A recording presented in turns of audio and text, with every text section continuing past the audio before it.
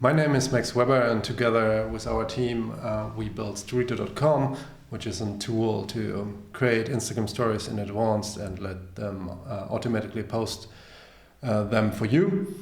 And I try to document here what I did right and what I did wrong. And for a new feature, we are also considering to use event sourcing. And yeah, I just want to show you one to-do example app which is implemented here. And yeah, it's just a to-do list. And the thing is that instead of manipulating current state, it records the events which have led to the current state. So maybe let's take a look at the SQLite database, which is behind it. In the events table, there's all the events stored as Eden. Each event get an UUID and an event kind. Here the to-do was created. And here you see also the text that I entered into the event or for the to-do and the timestamp. And if I now continue, for example, to say, okay, this to-do is done, then here's a to-do completed event recorded. Same here, like right. Add another to-do, then we get the corresponding event. And there's also never something deleted. So when I say, okay, I want to delete this one, then you see instead of removing this here from the database, we get a to-do deleted event. And yeah, you can imagine if you have many changes and so on, you kind of still have a view of the current state, and that's why here is another table, the to-dos table.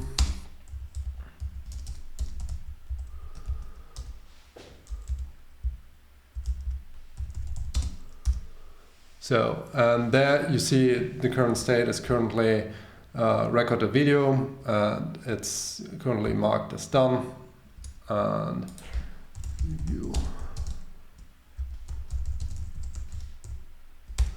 if I add a new one, this is also reflected in the current state. But as you see, all the history here from the events where we have some more now, it's not in the current state anymore. And we will later see why this is great for designing a system which don't end in chaos after several years. And I couldn't honestly decide if I want to continue to using Datomic or if I should switch to event sourcing. I mean, we will not switch the whole software as a service to event sourcing because it's there already for over 8 years. It's running on Datomic. It's everything fine, but for certain kind of problems, like for example, we get the events from our reseller, and there we calculate the credit balance for the customers and so on. And customers can, for example, spend credits when they create AI images on our platform and so on. And for these kinds of domains, event sourcing somehow feels like a better fit. But there's no reason why you may not just combine them. So, for example, you've seen here the events table and the to-do table, and you could also say, okay, you store the events in SQLite, and then your read model is a Datomic database, for example. And why you may like to do this is if you have really larger events, then Datomic, for example, index them automatically, at least with 2 indexes, and maybe a third one when you say db/index true in the schema. And normally we did this over and over in the past, but you have to pay attention that you don't have too much cache eviction then in Datomic. So it's better to have small values. Let's state it like this. So here in this example repository, I've combined db-eval, which is fork of DataScript, and it has been adapted so it stores its state to SQLite, and there you also have a full history. So in this regard, it's a bit more like Datomic, like in DataScript, where you only have the current state. I mean, you have immutable database values, and that's also super helpful.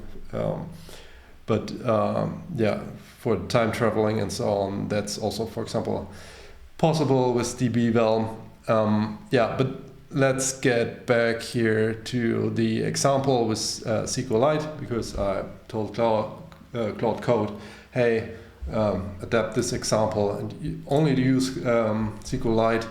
And that's, for example, the tables you've seen, and here that's the result, and the UI over here. Yeah, here's also, I will link all of them in the video description. That's a great article. Yeah, why you may consider Datomic, because event sourcing also has its downsides.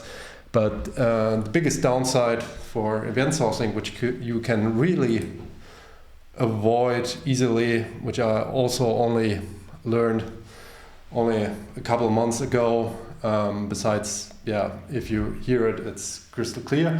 But a lot of event sourcing is teach like, okay, you have this event store, and there you store the events, like here maybe it's a shopping cart, and you add an item and second item, and you delete the first item, and then you store it in the event store, which may be a relational database, some NoSQL database, whatever.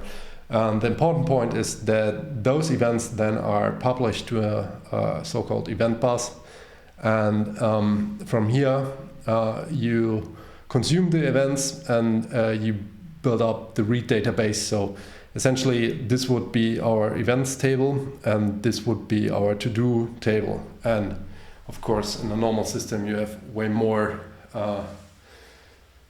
read models, but the read models can also be something else, like search engine, index, whatever. And that's also really one of the advantages of event sourcing, that you kind of have those events, and then you can build different read models or materialized views. If you like, for example, we take the events from our reseller, and then we build our custom read model, because we just like to know, okay, when did the customer paid something for this subscription, and how this affects his credit balance.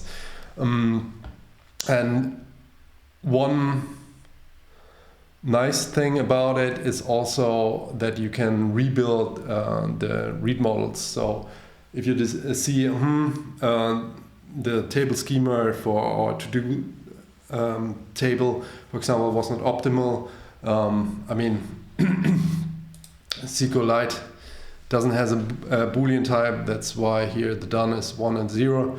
But maybe when you're using Postgres, you'll say, okay, I don't want a number, I want a Boolean. Then normally the only thing is that you need a database migration, and then you have to write the SQL statements or maybe custom code and make here alter table and so on. But yeah, that could be very painful, but that's not related to event sourcing really, because if I would just have here the to-dos table, that would be also the same challenge that I need to write those database migrations. However, there's a variant of event sourcing where you just say it's transactional event sourcing, and in this model you just store the events in the events table, and in the same transaction you update the read model, so in our case here the to-do table, and that has the advantage that you completely avoid the eventual consistency you normally here have, because you have a completely consistent view of the world, because everything is in the same transaction. And normally event sourcing mostly is taught like this with the event bus, and everything is async afterwards here. And this leads to the fact that you have to deal with the eventual consistency. This is the first thing you can avoid, but in my opinion, the way cooler thing is that you avoid, let me open it,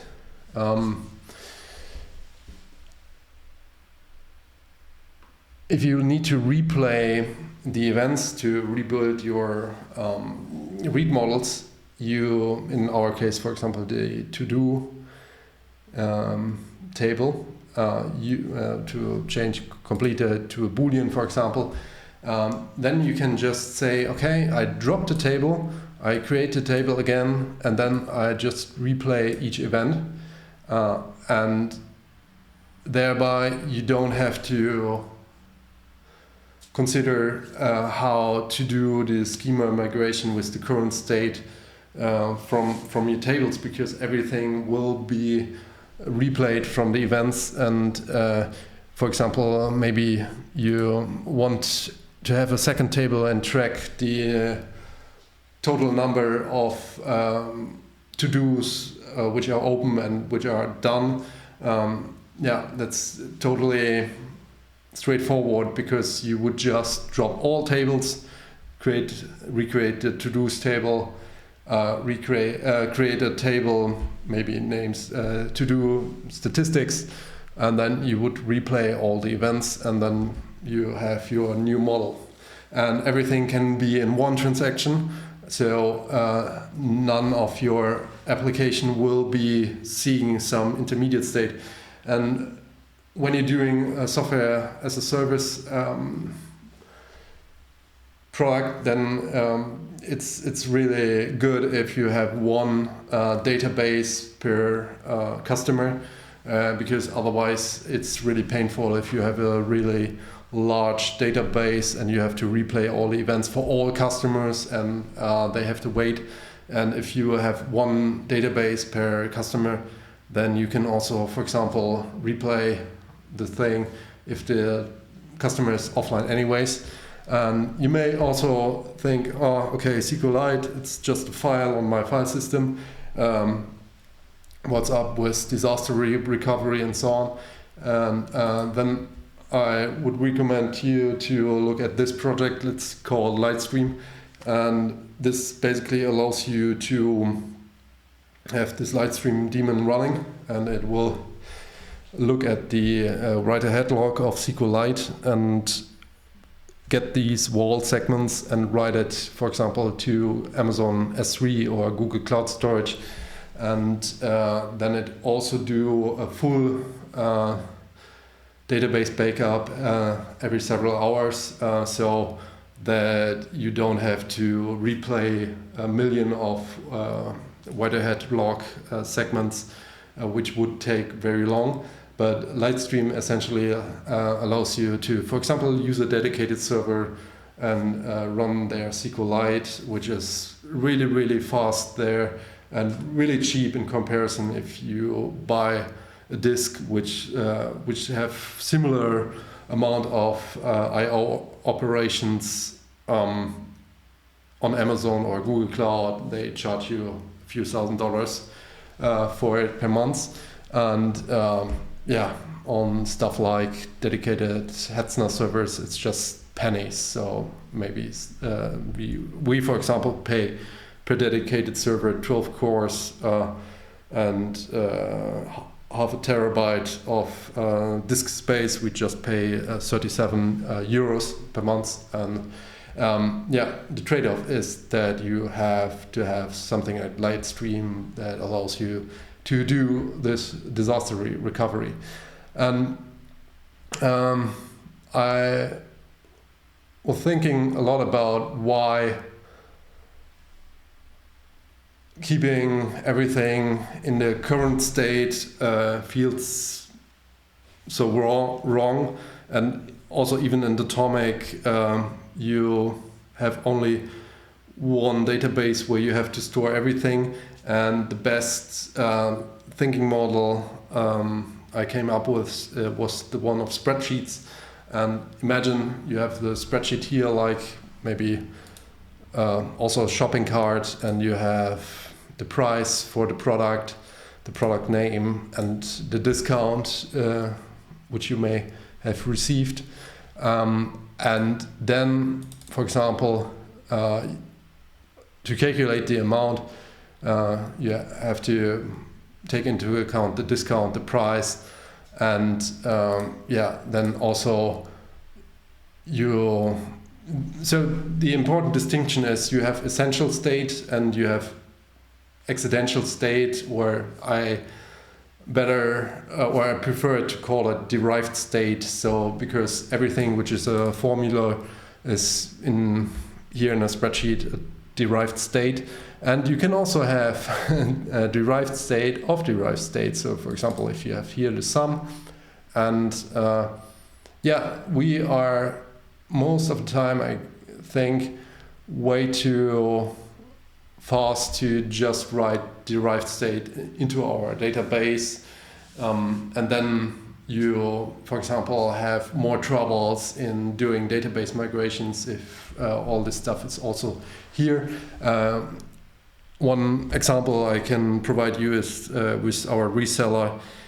We receive all the events, and there's when people buy a subscription, cancel a subscription, but also if they get a refund. And for some details, we messed up calculating the refunds. And due to the event sourcing, we could just say, okay, let's fix the logic, replay the events, and then we end up with the correct credit balance and also with the correct statements where you can see all the line items and when you received credits or buy credits. And like right here in the README, imagine just if you have this Excel sheet and you turn all the formulas into normal data, and then you have to maintain this. And I mean, this is a really small example, but your database is a few thousand times bigger usually, and if you have one database per customer, then you may also have to fix many databases in an automatic way, because you cannot send one SQL statement to correct the stuff if something goes wrong with your migration and so on.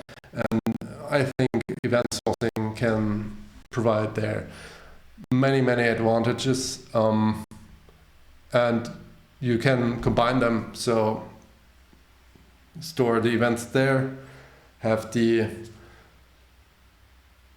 read models somewhere else, and if you have a single writer, you can even mix and match that you, for example, store the events in SQLite and store the read models in Datomic. And yesterday I also made a fix, for example, where I just stored the read model in a file, because for this part of the application it was the quickest way to have a cache and to avoid a costly replay after each deployment. And maybe last but not least, here in both applications you will see that our framework here, parts, is used. And that's a topic for another video, but it's an example app where you see these things in action. You also have parts for ring, for replicant, and so on. And check it out. I would be interested what you think of this, and if you say, okay, with transactional event sourcing, that's way less challenging, like the traditional event sourcing, I would call it, with eventual consistency and so on.